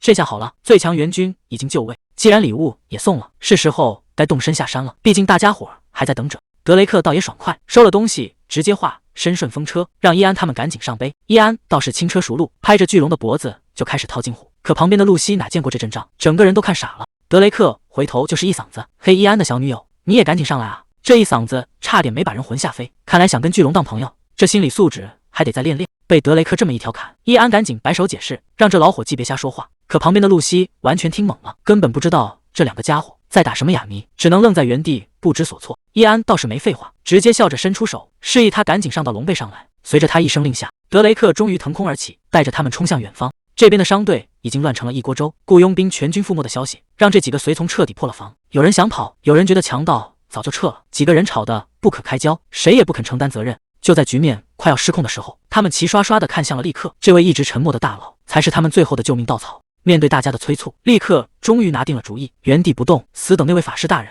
随从们一听这话，有的当场傻眼，有的却盲目自信，觉得能干掉巨龙的人肯定死不了。立刻也被这几句马屁拍得挺受用，双手抱胸，稳如泰山，仿佛一切都在掌控之中。可谁能想到，打脸来的比龙卷风还快，才过了短短10分钟，强盗就直接摸到了跟前。看着满地的狼藉，立刻这下肠子都悔青了。早知道会这样，刚才就该撒丫子跑路。强盗头领可没耐心听他们废话，长剑一把，眼看就要给这几个人来个痛快。立刻这下彻底怂了，跪在地上连声求饶，只要能保住小命，让他交出什么都行。可谁知道这帮强盗根本不稀罕财宝，他们点名要找一个留着深蓝色长发的大美女。立刻和随从们先是一愣，随即脑子里立刻浮现出一个名字，没错，就是凯茜。强盗头领步步紧逼，立刻急得像热锅上的蚂蚁，赶紧催着随从去找凯茜。可找了一圈才发现人早就没影了，这下局面彻底玩砸了。强盗头领冷笑一声，缓缓拔出了武器，既然交不出人，那就只能拿命来抵。立刻几个人吓得抱成一团。就在这生死关头，远处突然传来一阵地动山摇的巨响，强盗头领还没反应过来是怎么回事，随从就兴奋地尖叫出声，法师大人回来了，而且是骑着巨龙回来的。立刻这下总算松了口气，双手合十谢天谢地，救星终于在最后关头赶到了。强盗头领还没反应过来，眯着眼往远处一瞧，等看清了才发现他们苦苦寻找的凯茜竟然就坐在那个法师身后。可还没等强盗们高兴太久，地面的震动就让他们变了脸色。法师胯下骑着的根本不是什么普通的坐骑，那是一头张着血盆大口、眼睛冒着红光的巨龙。这帮强盗这回是彻底踢到铁板了，刚才还威风八面的强盗头领，这会儿都吓飞了，扯开嗓子大喊一声跑。这帮家伙哪还顾得上什么美女财宝，一个个撒丫子往树林里钻，恨不得多长出2条腿来。死里逃生之后，立刻总算松了一口气，庆幸凯茜身边带了个法师，不然这回真就彻底交代了。但这群人很快发现不对劲，那些暴徒怎么会知道凯茜的名字？更奇怪的是，大家明明都是天神教会的人，对方竟然还敢直接下死手，这背后肯定有更大的麻烦。听到天神教会这4个字，易安整个人都定住了。这个统治世界的头号教派，已经很久没人敢在他面前提起了。虽然教会明面上禁止人口买卖，但那帮人贩子早就把规矩丢一边了。哪怕亲眼见识过法师和巨龙的厉害，他们竟然还是死缠烂打不肯放手。这帮人简直是疯了，为了把露西抓回去结婚，连命都不要了吗？眼看追兵已经快要杀到跟前，易安知道这样下去不是办法，既然对方非要往枪口上撞，那就没必要再客气了。他转头看向身边的德雷克，帮我个忙，去把那帮麻烦彻底解决掉。如果他们还是不肯收手，那就一个也别留。既然是朋友开口，德雷克自然不会推辞。他发出一声低吼，转身朝着追兵的方向冲了过去，只留下一个让人心安的背影。看着德雷克远去，易安心里其实并不好受。这种赶尽杀绝的命令放在以前他绝对说不出口，但现在情况完全变了。在这个弱肉强食的世界，如果不狠下心来，根本就没法活到明天。想要保护身边的人，他就必须让自己变得更强。就在这时，一股强烈的虚脱感突然袭来，他脚下一个踉跄，差点没站稳。看来刚才那招确实消耗太大了。露西赶紧跑过来，问他是不是太勉强了。易安摆了摆手，示意没事，但身体的异样感却让他隐约觉得有些不对劲。露西看他状态不对，赶紧伸手扶住他，结果这一幕全被旁边的立刻看在眼里。立刻这下可来了兴致，一脸八卦的凑过来问：你们2个走得这么近，是不是已经在交往了？这突如其来的问题让气氛瞬间变得有点尴尬。易安急得赶紧撒手解释，生怕这误会越闹越大。等大家伙都上了马车，易安总算能躺下歇口气。就在他闭目养神的时候，眼前突然弹出了系统提示，那是巨龙传回来的战报，追杀他们的那帮人已经被彻底清理干净了，整整11个，一个都没跑掉。有这个系统自动汇报，确实省了不少心，但易安心里还是有点遗憾。要是能直接把巨龙召唤到面前，那接下来的路就稳多了。听到耳边的呼唤，易安立刻联系了远处的德雷克，确认那边的战况。结果不出所料，一口龙息喷过去，视野里的追兵就被一扫而空。这效率确实让人没话说。易安由衷地道了声谢，毕竟这次要是没他帮忙，后果真的很难预料。德雷克倒是挺豁达，直言只要朋友开心就行。可还没等易安松口气，离别的时刻就到了。德雷克问他是不是这就要走，易安只能无奈地点了点头。虽然心里有1万个舍不得，但德雷克没法离开这片山脉，这是他的宿命。回想起之前一起喝酒的日子，易安心里满是感慨，谢谢你帮我这么多，老朋友，咱们后会有期。德雷克突然卖了个关子，他问易安想不想知道关于凤凰的秘密。一行人已经来到了河口镇，这地方看着挺热闹，但易安脑子里全是刚才那个话题。凤凰这种传说中的生物真的存在吗？德雷克说北方的山脉里一直流传着冰凤凰的传闻，既然都到这儿了，他建议易安干脆去碰碰运气，毕竟那可是传说中永生不死的神鸟。虽然火凤凰的名气最大，但如果能找到冰凤凰，接下来的旅程恐怕会发生翻天覆地的变化。原来凤凰这东西还有这么多花样，除了常见的火属性，冰、风、岩石各种属性都有，适应环境的能力简直离谱。易安心里也打起了主意，要是能弄一只来当召唤兽，那战斗力绝对是质的飞跃。正当他想得出神，一帮人突然围了上来，立刻客客气气的打招呼，非要请他去见见这里的领主。这种突如其来的热情反而让伊安提高了警惕，毕竟现在情况特殊，身边还带着露西。为了这姑娘的安全着想，伊安决定还是离这些贵族远点，毕竟在这种人生地不熟的地方，少惹麻烦才是上策。这帮人还没死心，居然当着伊安的面想把露西给带走，这不明摆着挖墙脚吗？伊安可不惯着他们，一把搂过身边的露西，直接宣布出发前我们要先去旅馆休息。这话一出，旁边的人全都想歪了，一个个惊得下巴都要掉了。孤男寡女去休息，这信息量确实有点大。伊安倒没想那么多，他现在只想赶紧歇会儿。可这亲密的举动让立刻觉得自己看破了真相，在那儿笑得合不拢嘴，认定这两个人绝对有一腿。走在街上，伊安倒是挺坦白，他说拿露西当挡箭牌，确实能省掉不少苍蝇的骚扰。露西有点纳闷，像他这么厉害的法师，为什么对平民还这么客气？伊安笑了笑说，自己本来就是个农民的儿子，虽然现在身份变了，但他一直记着导师的教诲，想做一个像导师那样善良又受人尊敬的人。聊到接下来的打算，露西说她准备去投奔亲戚，对方还是个伯爵，听着倒是个挺硬的靠山。可当伊安问起他家里跟这位伯爵关系怎么样，露西的反应却有点心虚，只说还算凑合。看他这副样子，伊安心里就有点没底，如果这亲戚关系只是凑合，那接下来的路恐怕不好走。他试探着问了一句，除了这位叔叔，你就没别的朋友能投奔了吗？结果露西当场就急了，非说他叔叔是世上最靠谱的人。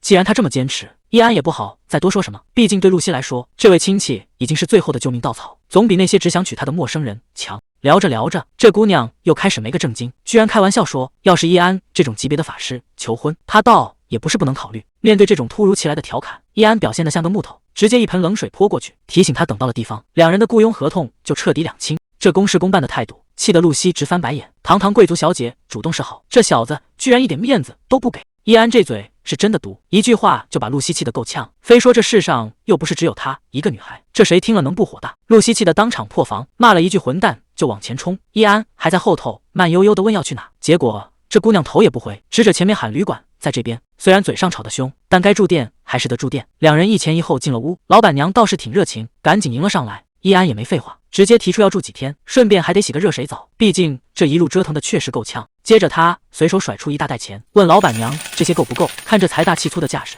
刚才那点不愉快估计早就被他抛到脑后了。老板娘一看到金币，那态度简直是180度大转弯，一边收钱一边保证马上就把最好的房间准备好。结果老板娘顺口问了一句，这位小姐是不是也要洗个澡？刚才还气鼓鼓的露西这下反应比谁都大，连声说自己不用。伊安这只男脑回路又上线了，居然还一本正经地问人家是不是嫌这儿的水不干净。露西只能顺着话茬往下接，说确实有这方面的担心。可这姑娘最后还是没忍住，反问伊安，难道非要他挑明了说吗？毕竟孤男寡女在外面住店，有些事哪能说的那么直白？伊安这脑子压根没转过弯，看着露西在那儿纠结，他反而一脸莫名其妙，完全不知道这姑娘又在闹哪样。伊安往后院一瞧，心直接凉了半截，这地方的浴缸居然是露天的，别说隐私聊，简直就是在大庭广众下洗澡。他赶紧改了主意，让老板娘只准备他一个人的份，毕竟这种环境绝对不能让露西冒险。可露西还没意识到危险，随手就摘掉了兜帽想透透气，结果那张脸一露出来，整个大厅的气氛瞬间就变了。周围那群不怀好意的男人，一个个眼珠子都快瞪出来了，那眼神里全是贪婪和算计，显然是把他当成了到手的猎物。伊安反应极快，立刻命令他把兜帽带回去，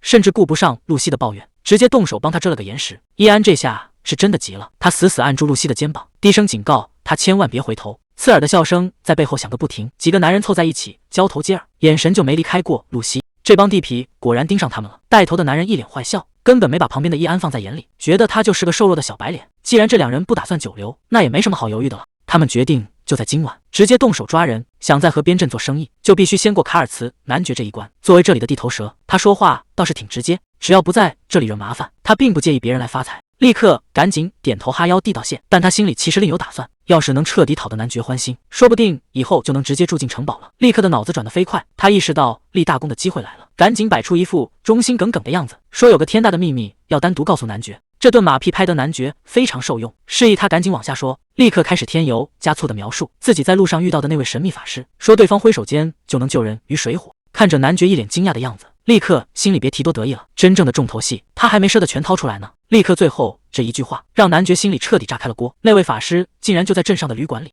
男爵越想越后怕，万一这种大人物脾气古怪，随手招出个怪物把领的给拆了，那他这领主也就当到头了。但更糟糕的事情还在后面，现在镇上不仅有这位法师，还来了一群真正的疯子，那就是圣地亚哥骑士团。这群圣地亚哥骑士团的人，个个都是打着神的名义行事的疯子，他们不参加世俗的战争，专门盯着所谓的恶魔和怪物，在他们眼里，只要是不受控制的力量，通通都是需要净化的异类。要是这帮一根筋的家伙在镇上撞见了那位能驯服巨龙的法师，那简直就是火星撞地球，到时候神仙打架，整个领地恐怕都要跟着陪葬。男爵这下彻底坐不住了，他立刻吩咐管家先给报信的立刻安排个住处，然后赶紧去把骑士团的团长找来。在他看来，这叫两害相权取其轻。骑士团虽然是一群宗教疯子，但起码还有规矩可以讲。比起那个喜怒无常的法师，这帮人显然更好打交道。必须在双方闹出乱子之前，把这股力量握在自己手里，否则这领地非要翻天不可。此时镇上的旅馆里，老板娘正被客人们催得脚不沾地，又是要饭菜又是要洗澡水，忙得连喘口气的功夫都没有。谁能想到，那位让男爵坐立难安的大法师伊安，此刻正坐在角落里啃着干面包，甚至还主动提出要帮老板娘干活。他这副随和的样子，跟传说中那个驯服飞龙的强者简直判若两人。露西在一旁默默看着，显然已经习惯了伊安这种大隐隐于市的低调作风，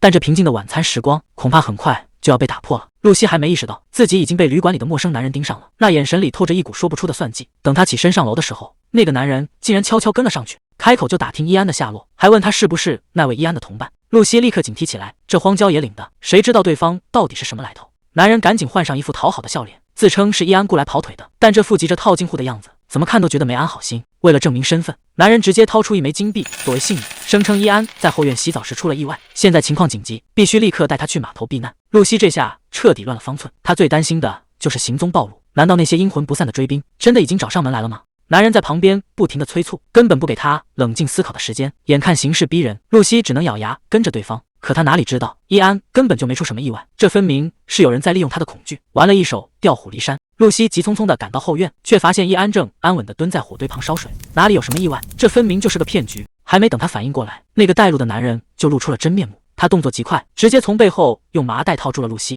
这一场蓄谋已久的绑架，就在伊安的眼皮子底下发生了。偷袭者以为这一棍子下去能把伊安直接放倒，谁知道他这次是踢到了铁板，伊安连头都没回，一个侧身就让对方扑了个空。就这业余的战斗力，让伊安瞬间看清了对方的底细，他们根本不是露西的未婚夫派来的精锐。围栏外的同伙见势不妙，拔腿就想溜，还不停地催促同伴快点撤退。但既然已经动了手，现在想走恐怕太晚了。伊安身形一闪，直接堵住了去路，跟丢了目标，让伊安憋了一肚子火。他周身散发出的恐怖魔力，把眼前的男人吓得动弹不得。这种压倒性的力量，根本不是普通人能抗衡的。可伊安心里很清楚，以他现在的身体状态，还没法随心所欲的操控魔法，他必须在那些沉睡的力量中找出一个能真正为他所用的。就在他全神贯注感应的时候，耳边突然传来一阵诡异的低语，对方似乎察觉到了光芒的消逝，正兴奋地发出邀请。这个不请自来的神秘存在，居然想找他一起玩个游戏。随着伊安的一声令下，无尽的黑暗瞬间吞噬了整个后院。这股不属于人类的力量，让周围的一切彻底陷入了死寂。对面的男人这下彻底成了瞎子，他在黑暗中拼命挥舞着双手，像个没头苍蝇一样大声求饶。可无论他怎么挣扎，眼前除了漆黑一片，什么也看不见。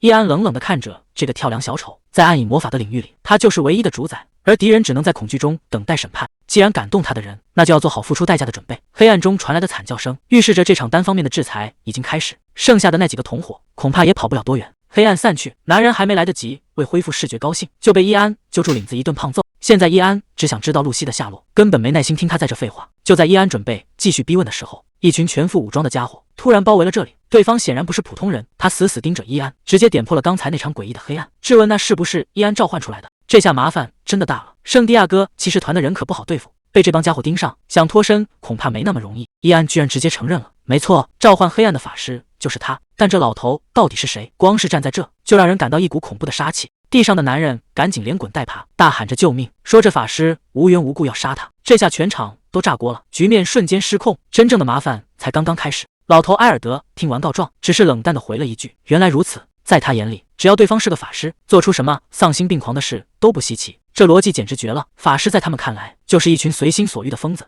面对这种根深蒂固的偏见，解释根本没用，对方已经打算动手了。伊安彻底听不下去了，在他眼里，法师到底算什么？难道就是个随手捏的软柿子吗？他直接炸毛了，指着对方大喊：少废话，明明是这家伙先动手的。喊完之后，全场死一般的寂静，这下尴尬了。伊安心里咯噔一下，万一这老头真的翻脸拔剑，自己恐怕连跑的机会都没有。可谁能想到，埃尔德愣了一下，居然当众哈哈大笑起来。他的脑回路也是清奇，他觉得年轻人说话这么冲，肯定是个有本事的法师。还没等伊安反应过来，旁边又跳出一个壮汉迪希特里，开口就给伊安扣了个大帽子。他说伊安用的黑暗魔法太邪恶，躲避阳光就是懦夫的行为，这正义感简直爆棚了。伊安听得一头雾水，黑暗魔法怎么就跟懦弱挂钩了？这帮人说话一股神棍味，看来这回是撞上硬茬了。这群满口太阳和正义的家伙八成就是太阳神教的信徒。既然这帮人满脑子都是神意，易安干脆清了清嗓子，准备用神棍的逻辑来对付神棍。他反问道：如果神只代表光明，那为什么还要创造黑夜呢？这一套辩证法甩过去，直接把对面的迪希特里给整不会了。易安趁热打铁，开始了一通胡编乱造的大道理。没想到这帮人听完，居然当场就开始了自我攻略，觉得易安说的太有道理了。他们甚至认为，没有神的允许，谁也没法在太阳底下变出黑暗。看着这群狂热欢呼的疯子，易安彻底无语了。这帮人的脑回路真不是正常人能理解的。易安现在只想赶紧溜号，随口编了个理由，说自己急着去救被绑架的妹妹。谁能想到埃尔德听完，直接开启了脑补模式，觉得易安刚才动手是在惩治绑匪同伙。易安一看这情况，干脆顺杆往上爬，直接把这口黑锅扣在了倒霉蛋头上。这下那个挨揍的男人真是跳进黄河也洗不清了，直接被当成重犯给关了起来。埃尔德觉得耽误了英雄救人，心里特别过意不去，竟然主动提出要帮易安一把。这下事情可闹大了，易安不仅顺利脱身，还白捡了一帮强力打手。埃尔德带着人马不停提，终于赶到了目击者说的码头，正好撞见那帮绑匪正划船逃跑。这下信徒们彻底炸锅了，在他们眼里，这帮坏蛋简直是罪大恶极。易安在一旁看得直发愣，虽然太阳下山坐船很危险，但这帮人的反应也太夸张了。埃尔德更是像打了鸡血一样，当场就开始了热血动员，号召大家为了正义冲破黑暗。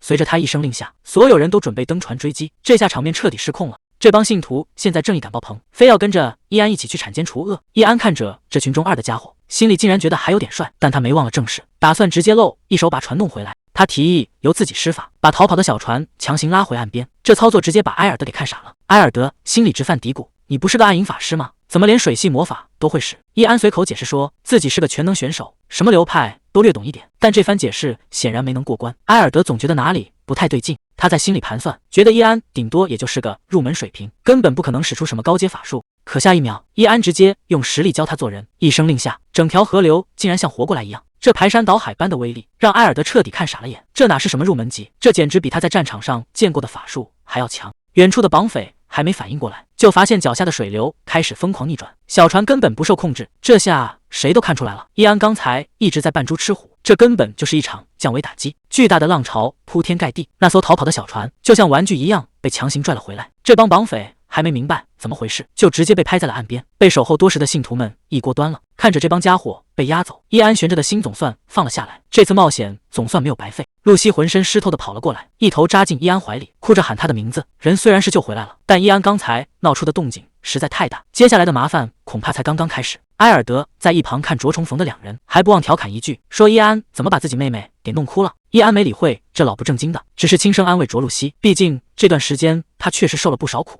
折腾了这么久，易安现在只想赶紧回旅馆泡个热水澡，彻底放松一下。可他当时还没意识到，在这个动荡不安的世界里，想安稳洗个澡简直是想得太美了。远处突然传来一阵急促的马蹄声，领主家的大公子伯纳德带着骑士汉森在街上横冲直撞，一边狂奔一边大喊着让所有人回旅馆。看着远处的滚滚浓烟，汉森心里咯噔一下，这绝对是刚打完仗的痕迹。难道领主担心的事真的发生了？汉森这下压力山大，本来带着啥也不懂的小少爷就已经够让人头疼了，要是真撞上敌军，后果简直不敢想。结果闹了半天，这帮人竟然在村口烧大锅水，还热火朝天地商量着互相搓背。易安坐在锅里一脸尴尬，这哪是什么战场，分明就是个露天大澡堂子。汉森整个人都炸毛了，冲上去大喊你们到底在干什么？结果对方一脸淡定，说只是在洗澡而已。洗澡？汉森和伯纳德当场愣住，这荒郊野外的，谁会在这儿大费周章的烧水？伯纳德立刻察觉到不对劲，帝国的人平时根本不爱洗澡，除非是有什么特殊情况，而且看这周围乱七八糟的样子，绝对没那么简单。他盯着伊安，要求对方必须把话说明白。埃尔德想要上前解释，可伯纳德这脾气上来了，谁劝都不好使，他直接掠过旁边的埃尔德，死死盯着眼前的伊安。埃尔德一眼就看穿了，锅里坐着的那个男人身份绝对不简单，肯定是个深藏不露的法师。为了逼对方现身，伯纳德直接亮出底牌，大喊自己可是名门望族的继承人，甚至指着锅里的人命令道：现在立刻给我爬出来行礼。这操作简直绝了，但在那个世界，这其实是一种古怪的传统，专门用来测试法师的实力。如果被挑衅了还能忍气吞声，那说明这法师就是个软柿子，可要是当场炸毛还手，那才说明对方是个狠角色。伊安坐在锅里稳如泰山，他心里跟明镜似的，这不就是露西提过的法师挑衅吗？面对这种无理的要求，伊安连眼皮都没抬一下，直接甩出3个字：我拒绝。这下轮到伯纳德懵了，他压根没预料到这个洗澡的男人竟然敢不给面子。反应过来之后，伯纳德当场就破防了，气得在那儿上蹿下跳，大喊你竟然敢违抗我的命令！伊安坐在锅里冷笑一声，反问道：凭什么你说什么我就要照做？伯纳德彻底急了，冲着旁边的汉森大喊大叫，非要把伊安这个骗子给拽出来，看着对方在那儿演得起劲，伊安甚至想给他鼓个掌，这演技确实没话说。既然对方想玩大的，那伊安也不打算藏着掖着了。他眼神一冷，周围的气压瞬间降到了冰点。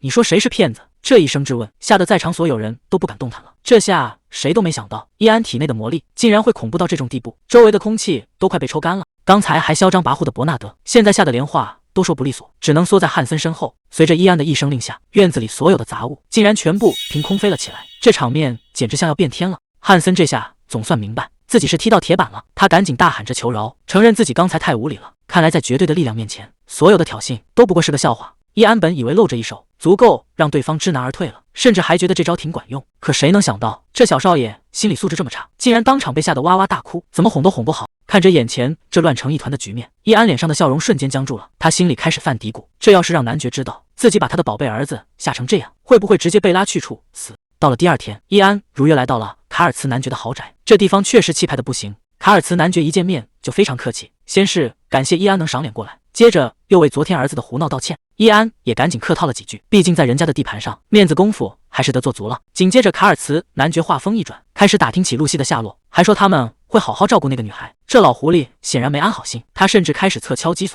想打听出伊安背后的导师到底是谁。看来这场看似平常的谈话，其实每句话都在试探。卡尔茨男爵听完伊安的话，显然觉得有些意外，他话里有话的提到，最近外面的局势可不太平。伊安立刻警觉起来，追问这到底是什么意思。卡尔茨男爵也没打算隐瞒，直接点出了现在的火药桶。原来两大公国之间早就已经剑拔弩张，甚至已经到了要动手的边缘。伊安从这些情报里敏锐地嗅到了危险的气息，这已经不是普通的摩擦了。难道说这片土地马上就要变天，彻底陷入战争的泥潭了吗？卡尔茨男爵试探着问伊安，是不是也要跟着导师去南方？伊安摇了摇头，他打算独自去东方寻找答案。既然要分道扬镳，卡尔茨男爵突然整了这一出，说要送给伊安一份大礼。还没等伊安反应过来，一个沉甸甸的宝箱就被抬到了他面前。卡尔茨男爵示意他亲手打开，看看这件压箱底的宝贝。伊安小心翼翼地掀开盖子，里面的东西让他彻底愣住了，那是一根散发着微光的法杖。卡尔茨男爵介绍说，这根法杖可大有来头，它曾属于一位伟大的大贤者，名字叫作风之布。伊安伸手握住法杖，卡尔茨男爵在一旁连连点头，直夸这宝贝挺衬他的。虽然伊安觉得这法杖看着跟普通木头没区别，但白给的宝贝哪有不要的道理？他礼貌地收下了这份重礼。可还没等法杖在手里捂热，外面突然传来了急促的喊声。听这语气，显然是出大事了。露西火烧火燎地冲了进来，二话不说，死死抓住了伊安的手臂。伊安被这没头没脑的一下搞得完全摸不着头脑。可露西接下来的话让他意识到事情没那么简单。他说现在急需伊安的帮助，就像抓住了最后的救命稻草。顺着他的视线看去，一只红眼的乌鸦正被困在诡异的黑色牢笼里。原来露西急急忙忙带回来的，竟然是一只差点被猎人吃掉的乌鸦。就因为伊安的名字里带有乌鸦的意思，露西就觉得这是命中注定的相遇，甚至还想搞出点什么神秘感。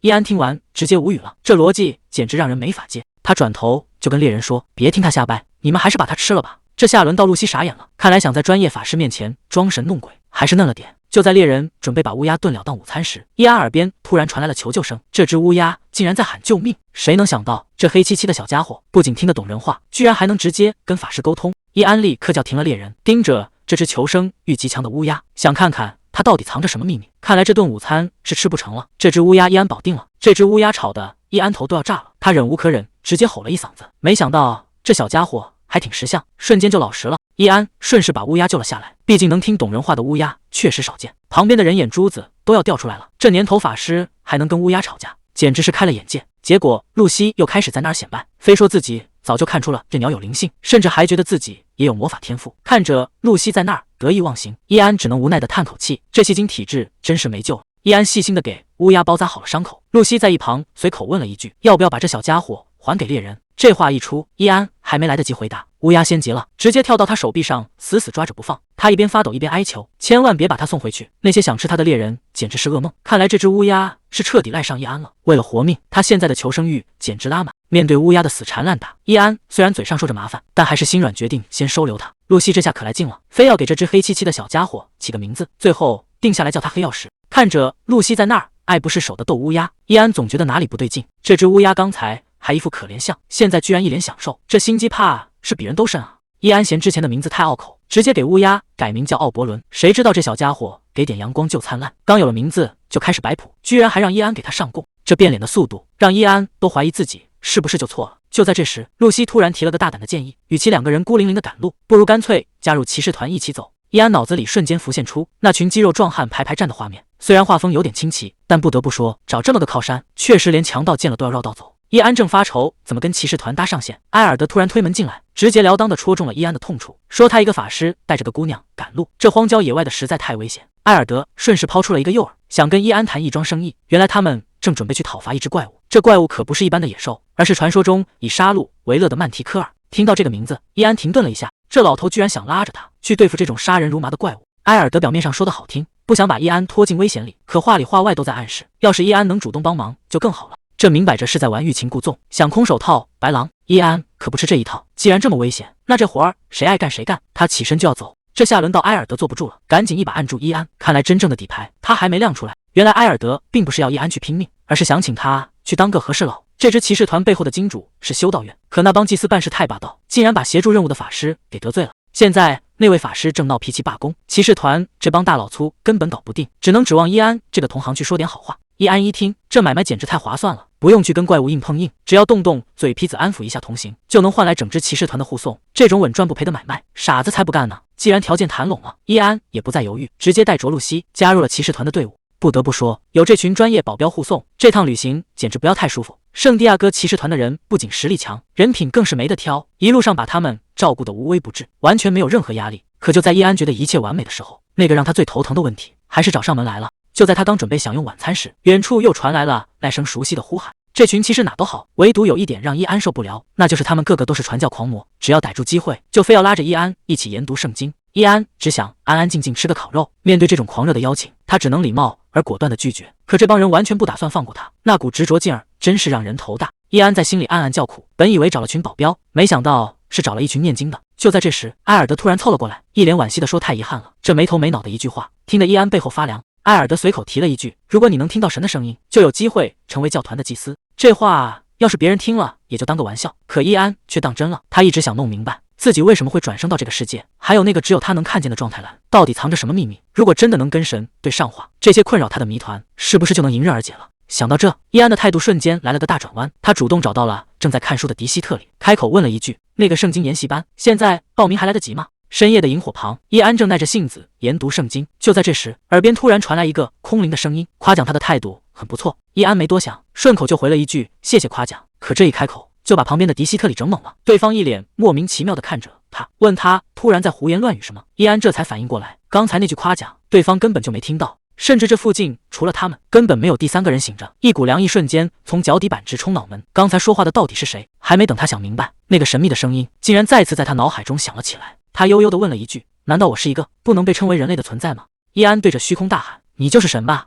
那个声音竟然真的回应了，语气还挺随便，说自己大概算是吧。伊安这下彻底急了，既然把自己转生到这个世界，总得给个说法。那个奇怪的状态栏到底是怎么回事？对方非但没解释，反而发出一阵意味深长的笑声。谁能想到那个自称是神的家伙居然说走就走，真就把伊安一个人晾在这了。伊安这下彻底破防了，对着天空就开始疯狂输出，非要让那个不负责任的神滚回来。旁边的骑士吓得赶紧拦住他，还以为这孩子受了什么刺激。从那天起，伊安就像变了个人，他开始疯了一样的钻研经文，目的只有一个，就是把那个不靠谱的神再救出来。没想到努力还真有回报，系统提示音突然响了，他竟然觉醒了一个叫神圣术的新技能。还没等他高兴太久，屏幕上的话就开始不对劲了，满屏都是对那个神的疯狂吹捧，什么优雅、高贵、神圣，简直是怎么肉麻怎么来。伊安看着这些弹窗，整个人都无语了。这技能真是那个自恋狂给的吗？看来这个所谓的真神性格比他想象的还要离谱。原来在这个所谓的神眼里，伊安不过是一个提线木偶，被随手丢进这个世界，还要忍受他在高处肆无忌惮的嘲笑。这种被人玩弄于股掌之间的感觉，换谁都得火大。可现在的局面，伊安根本没法直接找他算账，因为他的神圣术等级实在太低了，连跟对方对话的资格都没有。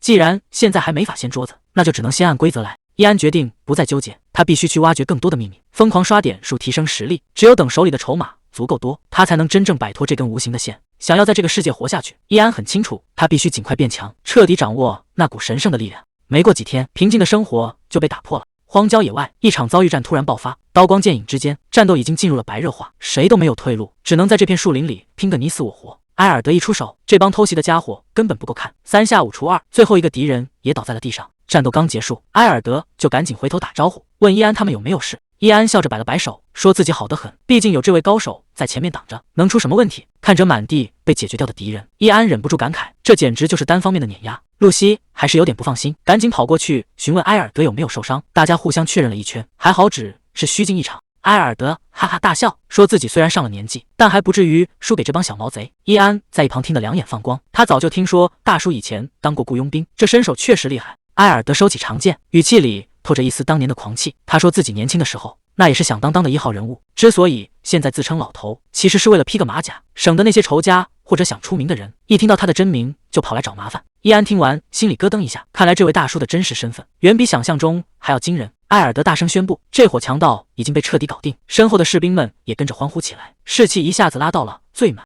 就在这时，一名骑士走上前报告，前面的路出现了分岔口，往东走是伯爵的领地，往西走则是凶名在外的魔兽森林，据说那里经常有些事出没，非常危险。埃尔德指了指西边的方向，说那位法师就住在森林深处。他招呼伊安赶紧跟上，打算一鼓作气穿过去。可就在大家准备动身的时候，伊安却突然开口，叫住了所有人。伊安本想带着露西先去见法师，然后再一起去找伯爵，可露西却坚持要分头行动，说自己已经不是小孩子了，走近路很快就能到叔叔家。看着露西挥手告别的背影，伊安站在原地，心里总觉得有点不踏实。这荒郊野外的，让一个女孩子单独行动实在太危险。他暗自下定决心，必须得赶紧把手头的事办完，然后立刻去追露西。埃尔德发现露西不见了，伊安随口解释了几句，就把话题转到了正事上，毕竟他们马上就要去见那位法师了。埃尔德突然一脸严肃地问伊安有没有做好心理准备，因为那帮法师的脾气出了名的古怪，更何况教团那帮人刚把他彻底惹毛了，谁也不知道待会见面会发生什么。伊安听完一脸无奈，合着教团闯下的祸，最后得让他们跑来擦屁股。埃尔德尴尬地笑了笑，直言他们就是拿钱办事。伊安这才反应过来，难怪这帮人个个都穿着这么好的铠甲。埃尔德搂着伊安的肩膀，大大咧咧地安慰他，说那位法师肯定会看在他的面子上，不会把事情闹大。可伊安还是第一次去见除了导师以外的其他法师，看着阴森森的森林，他心里一直在打鼓。森林深处传来一阵诡异的笑声，一间透着绿光的木屋出现在眼前，地上的猎物已经断了气，看来这地方的主人可不是什么善茬。这位就是脾气古怪的植物法师马尼。汉森带着骑士团找上门来，想请他出手帮忙捕捉些尸，甚至还搬出教团的名头，想拿地盘管辖权来压人。马尼听完只是冷笑了一声，根本没把这帮骑士放在眼里。他一边搅拌着锅里那团绿油油的液体，一边慢悠悠地开了口，想要我帮忙也不是不行，但你们起码得先把我做的饭吃了，而且必须得笑着吃下去，有种就往前站，看看谁能撑到最后。伊安疑惑地问，植物法师到底是什么来头？埃尔德在一旁解释，这位马尼可是大名鼎鼎，不仅能操控植物，还能提炼出最致命的毒素，想要猎杀那头蝎尸，他的毒药是唯一的胜算。可还没等进屋，一股怪味就扑面而来。伊安立刻察觉到这味道绝对不正常，屋里肯定出事了。大门猛地被推开，屋里的老太婆发出一阵怪笑，说已经等他们很久了。埃尔德一眼就认了出来，他就是那个植物法师马尼。可这气氛怎么看都不对劲。马尼指着旁边那锅正冒绿气的肉，热情地邀请大家享用大餐。谁敢动这锅东西，这摆明了是一场鸿门宴，这哪是什么大餐，简直就是生化武器。几个身强体壮的骑士刚闻到味儿就快撑不住了。埃尔德无奈的劝阻，说没必要搞这种下马威。马尼却冷哼一声，爱吃不吃，不想要毒药就赶紧滚蛋。结果话音刚落，这帮精锐骑士全被熏趴下了。看着满地打滚的人，马尼也有点心虚，难道这次的药劲儿真的使大了？谁能想到这锅把精锐骑士全放倒的毒汤，伊安竟然喝得停不下来。马尼在旁边都看傻了，这小子到底什么构造？那可是加了海量大蒜的生化武器。他忍不住凑过去问，你确定身体没出问题？结果伊安抹了抹嘴，兴奋的大喊，太好吃了，尤其是这大蒜，简直是人间美味。这下轮到马尼怀疑人生了，难道是自己的配方出错了？看着伊安把大蒜当零食啃，马尼这辈子都没见过这种怪胎。他当了40年的植物法师，今天算是彻底开了眼了。他一把按住伊安，严肃地问他到底叫什么名字。当伊安报出自己的全名，马尼整个人直接愣在原地。他颤抖着问伊安，难道你就是那位传奇法师埃雷迪斯大人的亲传弟子？确认身份后，马尼的态度瞬间180度大转弯，不仅连声道歉，还立刻换上了一桌最顶级的酒菜。伊安倒是没想那么多，只要有肉吃，之前的过节他根本没往心里去。酒过3巡，马尼终于提到了正事。原来这帮骑士大老远跑过来，是为了猎杀传说中的怪物蝎尸。马尼收起笑脸，严肃地警告，这次的任务可没那么简单。之前伯爵请了那么多顶尖猎人，结果在那头怪物面前全军覆没了。埃尔德倒是表现得很淡定，直言自己早就做好了觉悟。马尼有些不信地追问，你以前抓过蝎尸吗？埃尔德轻描淡写的回答，年轻的时候确实抓过几只。一看埃尔德是个深藏不露的老江湖，马尼转头盯上了旁边的伊安，既然你是那位大人的弟子，现在应该已经是个独当一面的法师了吧？这突如其来的摸底让气氛一下子变得紧张起来。马尼开始对伊安进行道德绑架，劝他把法师的智慧借给骑士团。伊安突然想起导师曾经说过，法师总有一天会身不由己地卷入世俗，而那个瞬间绝对不能掉以轻心。马尼接着又补了一刀，说他倒不是非要亲自动手，但如果伊安拒绝，关于他的负面传闻很快就会传遍整个法师圈。这下伊安没得选了，如果不答应，他以后恐怕在圈子里根本混不下去。伊安很清楚，要是名声真的臭了，他不仅没脸回去见导师，以后在法师圈也彻底没法混了。既然已经无路可退，他只能硬着头皮答应，正式加入这支猎杀小队。到了第二天，一行人已经深入森林腹地，但周围死一般的寂静让伊安总有一种不祥的预感。他现在最担心的就是独自留在那边的露西，千万别出什么意外。就在这时，伊安派出去的眼线传回了消息，那只黑色乌鸦竟然开口说话了。他已经锁定了蝎尸的位置，看到伊安露了这一手，埃尔德忍不住在一旁啧啧称奇。这种能跟动物直接沟通的能力，在实战中简直就是作弊神器。可还没等大家高兴太久，埃尔德的脸色突然沉了下来，他感觉到一股极其恐怖的杀气正从不远处的树丛里透出来，这股气息绝对不正常，真正的麻烦恐怕已经盯上他们了。伊安突然冒出一个异想天开的念头，既然蝎尸也是魔物，能不能试着跟他讲讲道理，直接把他给说服了？结果这话刚出口，就被旁边的马尼当场泼了冷水。他说蝎尸这种凶残的畜生根本就不是能沟通的对象。马尼甚至还放下了狠话，要是伊安真敢去尝试这种蠢事，他转头就去跟伊安的导师打小报告。这下伊安彻底没脾气了，本以为能露一手，谁能想到这老太太竟然不讲武德，直接使出了请家长这一招。迪希特里的一声惊呼让原本死寂的森林瞬间炸开了锅，他指着前方的阴影，声音里满是藏不住的紧迫感。顺着他指的方向看去，黑暗中突然亮起两道凶光，那是属于顶级掠食者的眼睛。马尼叮嘱伊安千万别离开他身边，埃尔德这边也已经准备拼命，所有武器全都抹了毒，这些箭头上全都是马尼特制的剧毒。埃尔德看准时机，直接下令放箭，毒箭擦着伊安飞过，直奔目标而去。这一下要是中了，对方恐怕连还手的机会都没有。谁能想到毒箭竟然直接被弹开了，埃尔德这下也犯了难，这怪物的皮比铁甲还要硬。就在这时，林子里传出一阵诡异的笑声，这动静听得人心里发毛。那头蝎尸就在他们正前方，看来刚才的攻击反而把他给彻底惹火了，现在根本没时间重新荼毒，局面已经到了死胡同。伊安知道没得选了，他直接冲向那头巨大的蝎尸，这一嗓子吼出来，把后方的埃尔德和士兵全看傻了。马尼也没想到这小子居然真敢正面硬刚。可就在这时，林子里的怪物发出了低沉的笑声，这头蝎尸竟然开口说话了。他盯着伊安说他是个特别的人类。伊安本想先礼后兵，试着跟这怪物讲讲道理，谁知道对方根本不按套路出牌，一边骂脏话一边直接动手羞辱。这下伊安的火气也上来了，既然讲道理没用，那就只能看谁的拳头更硬了。局面瞬间变得火药味十足。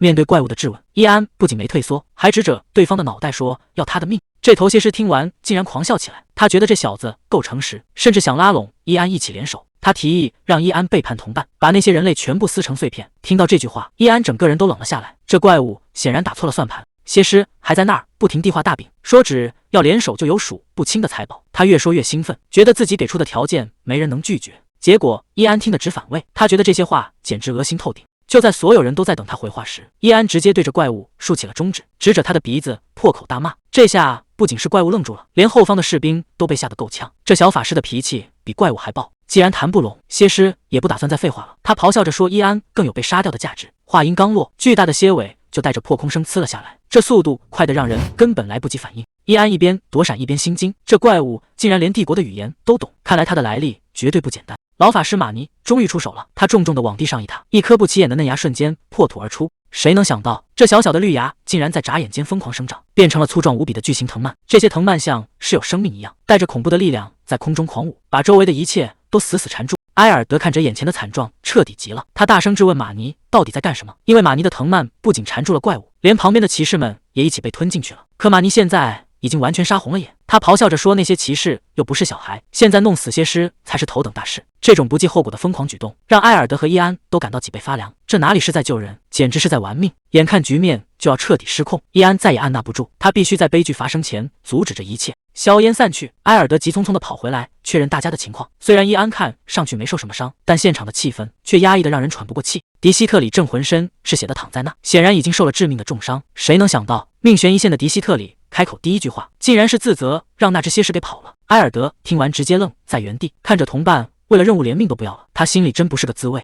埃尔德抱着重伤的迪希特里，只能无力地安慰大家已经尽力了，可这种话在残酷的现实面前显得那么苍白无力。伊安站在一旁死死攥着拳头，他怎么也没想到自己会亲眼看着活生生的人就这样在面前迅速凋零，尤其是迪希特里那个曾经还在一起并肩作战的人，现在却成了这副模样。这一刻，伊安才真正意识到，这个世界根本不是什么轻松的冒险，而是一个随时会丢掉性命的炼狱。那些曾经只在故事里听过的死亡，现在正带着刺鼻的血腥味，真实的让人感到窒息。伊安一步步走向倒在血泊中的同伴，周围的空气仿佛在这一刻凝固了。他轻声呼唤着迪希特里的名字，声音平静的让人有些心疼。他蹲下身子，提起了两人曾经一起读圣经的日子，问迪希特里是否还记得那句承诺：只要你真心相信并祈祷，上天的大门就一定会为你开启。这句曾经的教诲成了此时唯一的慰藉。伊安抬头望向那片湛蓝的天空，仿佛真的在等待奇迹降临，去挽留这个即将消逝的灵魂。迪希特里虚弱地应了一声，脸上竟然挂着一种释然的微笑。伊安紧紧握住他的手，提议陪他做最后一次祈祷。可伊安的心里却在愤怒地质问：如果上天真的有灵，难道要眼睁睁看着最忠诚的信徒就这样死在荒郊野外吗？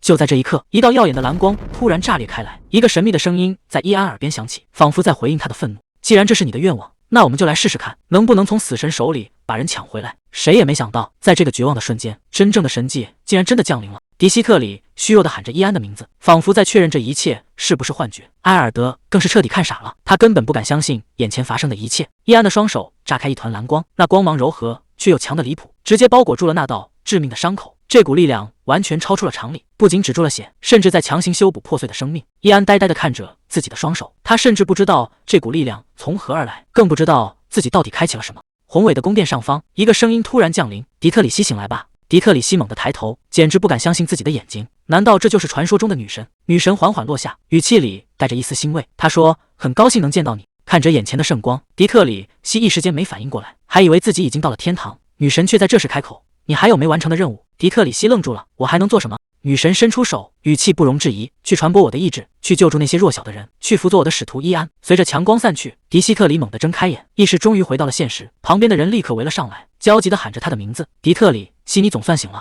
迪希特里看着周围的环境，一时间还没转过弯来，但这道神谕已经刻在了他的灵魂里。伊安看着刚醒过来的迪希特里，语气轻松地问：死而复生的感觉怎么样？谁知道对方反应这么大，直接扑上来，死死抓着伊安不放。伊安被吓了一跳，赶紧问他要干什么。迪希特里此时已经完全明白了，他颤声问道：你就是奉女神的命令来救我的那个人吧？伊安有些无奈地解释：我确实借用了女神的力量，才把你从鬼门关拉回来。这下好了。迪希特里看向伊安的眼神已经彻底不一样了。伊安心里很清楚，对方其实并没有猜错。面对迪希特里的追问，伊安平静地回答：女神告诉我必须救你，因为你还有没完成的任务。这句话一出，迪希特里整个人都愣住了，因为这和他在梦境里听到的神谕一模一样。这下彻底对上号了，他怎么也没想到，女神说的每一句话竟然全是真的。这种跨越现实的震撼，让他半天说不出话来。刚才还命悬一线，现在画风直接突变。迪特里希对着伊安五体投地，大喊着：女神，使徒显灵了！伊安这下可得意坏了，主招法杖在那嘿嘿傻笑，一点都不带谦虚的。可旁边的守卫们却看傻了眼，私下里嘀咕个不停，觉得迪特里希肯定是伤了脑子，才会把这小子当成神。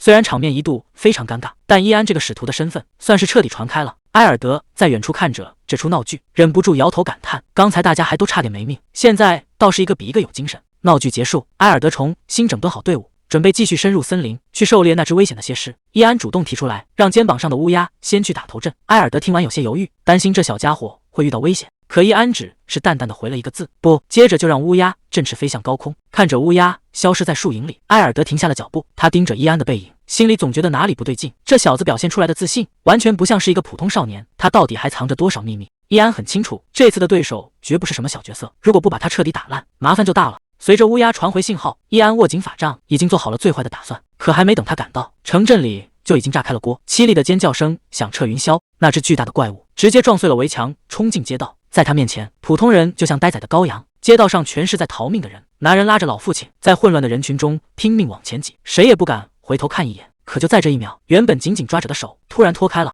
男人猛地停下脚步，大喊了一声父亲，他的心彻底凉了大半截。父亲被怪物堵在了死角，那张血盆大口就在眼前，死亡的气息已经扑面而来。就在这千钧一发的时刻，一柄钢叉突然横插了进来，硬生生挡住了怪物的去路。是刚才那个男人，他竟然折返回来了。虽然手里的农具在不停打晃，但他还是对着怪物发出了怒吼：滚出这个城镇，你这该死的怪物！面对这种级别的巨兽，他这简直是在自寻死路。可如果不拼这一把，身后的老父亲就彻底没命了。怪物发出一阵刺耳的狂笑，盯着男人手里的钢叉，语气里全是戏谑。看来这个老家伙就是你的父亲，只要你亲手杀掉你的父亲，再把他交给我，我就大发慈悲，放过城镇里剩下的所有人。这根本不是什么交易，而是赤裸裸的玩弄人心。怪物在等一个让男人彻底崩溃的选择。面对这种丧心病狂的提议，男人没有半点犹豫，他死死护住身后的父亲，对着怪物愤怒的咆哮：“你觉得我会答应这种事吗？”既然没得谈了，怪物也收起了那副虚伪的笑脸，翻脸比翻书还快。他冷冷地吐出一句话：“那看来我没得选了。”话音刚落，巨大的利爪就带着杀气，劈头盖脸地砸了下来。这一击是要彻底取了他们的性命。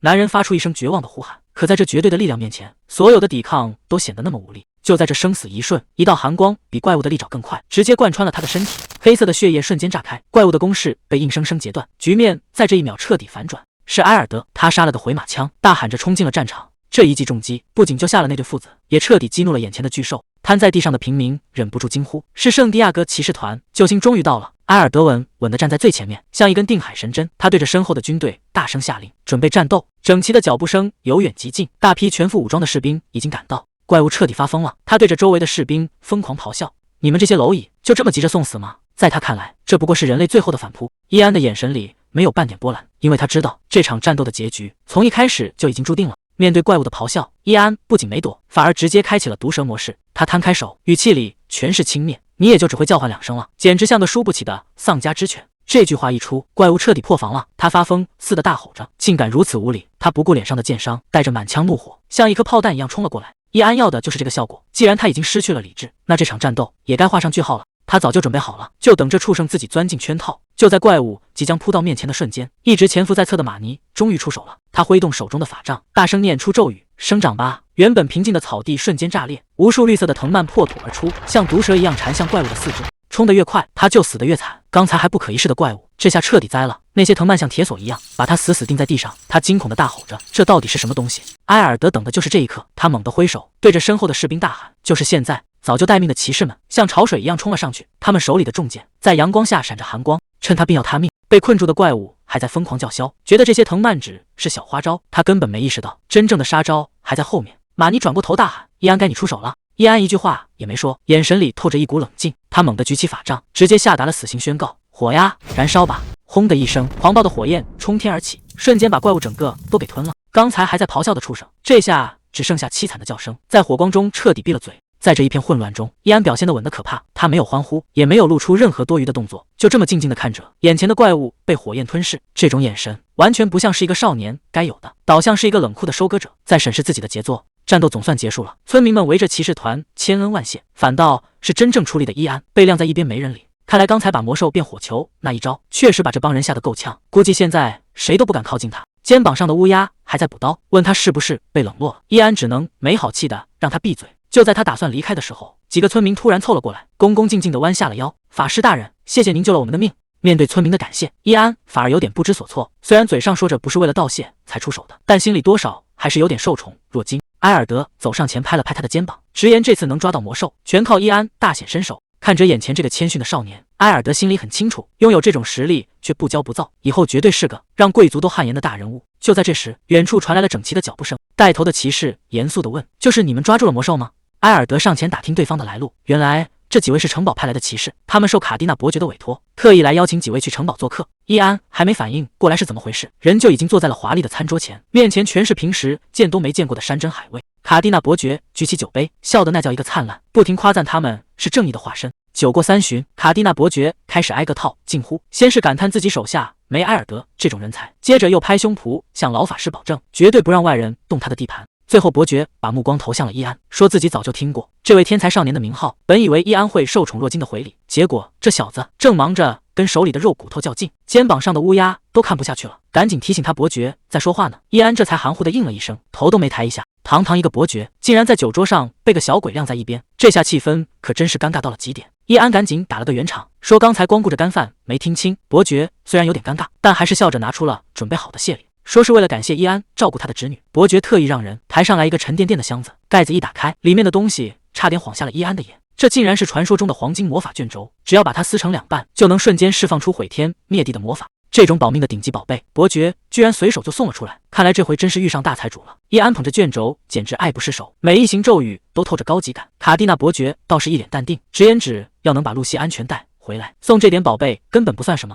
话音刚落，伯爵潇洒地打了个响指，紧接着大门缓缓推开，露西终于露面了。只见她换上了一身华丽的法师袍，还戴了一顶大的离谱的尖顶帽，这身装扮实在太有冲击力。伊安在旁边憋笑憋得辛苦，那帽子到底是什么审美啊？露西被看得有点局促，只能硬着头皮上来打个招呼。两人这尴尬的叙旧还没聊两句，旁边的埃尔德就开始煽风点火，非说人家是一对小情侣。易安正忙着解释呢，卡蒂娜伯爵却突然收起了笑脸，语气变得格外严肃。他直勾勾地盯着易安，说自己有一个非常正式的提议，为了给死里逃生的侄女报仇，伯爵竟然当众放下了身段，请求易安能借出这份强大的力量。易安这下全明白了，那张黄金卷轴哪是谢礼啊，分明是拉他入伙的定金。不过仔细想想，又不用真的去战场上拼命，只要在后排画划水，提供点支援，这买卖其实挺划算。要是运气好，说不定还能从伯爵和露西那拿2分厚的惊人的赏金。一想到以后能躺在金币堆里发大财，易安差点没忍住笑出声。他故作谦虚地开了口：“既然伯爵大人不嫌弃我这种低级法师，那这趟远征我就陪你们走一趟。”3天的时间一晃而过，伯爵因为忙着整顿军队没能露面，但易安并不在意。临走前，埃尔德和露西依依不舍。虽然卡蒂娜伯爵带走了大批人马，让现在的营地显得有些冷清，但埃尔德显然还有更重要的话要单独对易安说。他神秘兮兮地发出了邀请，让易安有空一定要去特里法岛转转，还承诺要带他去见识见识那些绝对感兴趣的秘密。易安正纳闷这岛是什么来头，埃尔德却突然抛出了一个重磅炸弹。他说只要到了那地方，报上萨尔瓦多这个名字，所有人都会夹道欢迎。易安这才反应过来，原来相处了这么久的埃尔德竟然一直隐瞒着自己的真实身份。这个萨尔瓦多到底在那个岛上是什么大人物？萨尔瓦多这个名字一出口，旁边的露西整个人都愣住了，她简直不敢相信自己的耳朵。难道眼前这位大叔就是那个传说中的白狼？看着易安还是一脸懵，露西赶紧解释这名号有多响亮，那可是前任皇帝最信任的精锐佣兵团，而他们的首领更是被亲自授予了剑术大师的至高荣誉。谁能想到这个一路上跟他们谈笑风生，看起来平平无奇的老头子，竟然是站在剑术顶端的传奇人物，这来头简直大得吓人。